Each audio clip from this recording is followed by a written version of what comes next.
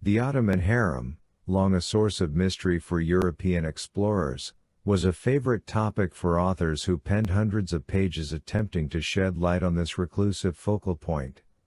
The harem quarter at Topkapi Palace continues to draw thousands of visitors every year, despite the fact that the issue is still being discussed by many.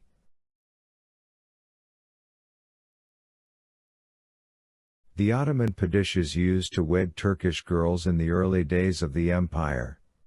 The palace began selecting slaves from other countries to become concubines as the kingdom grew. Contrary to popular assumption, the harem women's population did not consist solely of the sultan's wives. The harem group also included the wives and maids of former padishahs and their families.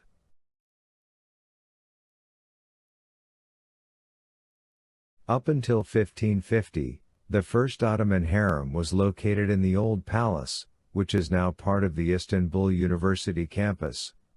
The proposal to relocate the harem to Topkapi Palace was raised after a severe fire destroyed the palace. After some time, Suleiman the Magnificent gave his approval for the harem's move to Topkapi after being persuaded by his wife Hurrem Sultan.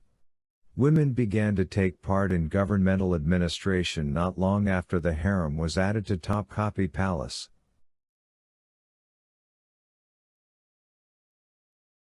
Controlling the harem. There was a rigid ranking system in the harem.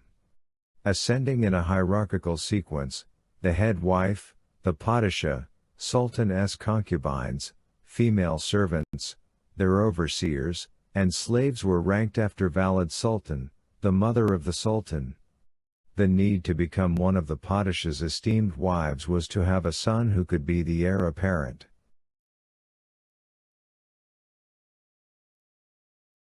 The Islamic jurisdiction at the time allowed slaves to sell, donate, or offer presents.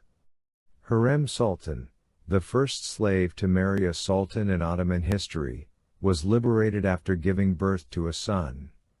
She managed the harem community.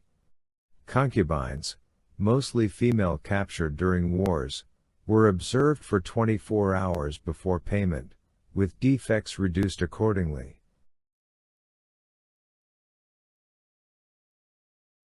How many concubines there are in the harem?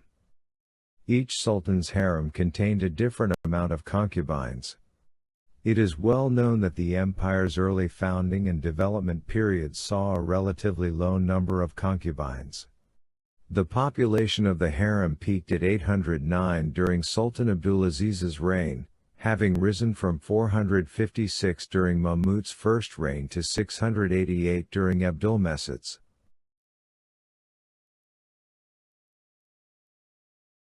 Sultan Murat V recounts his first encounter with a concubine at age 13.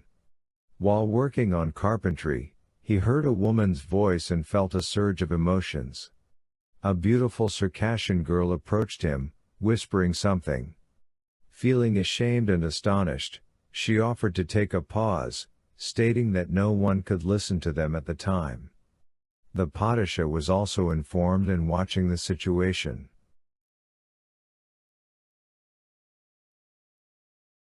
In 1898, German Emperor William II visited Sultan Abdülhamit II and asked about his 8 wives.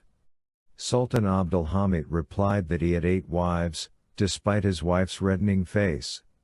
The emperor questioned how he managed 8 women while dealing with only one empress.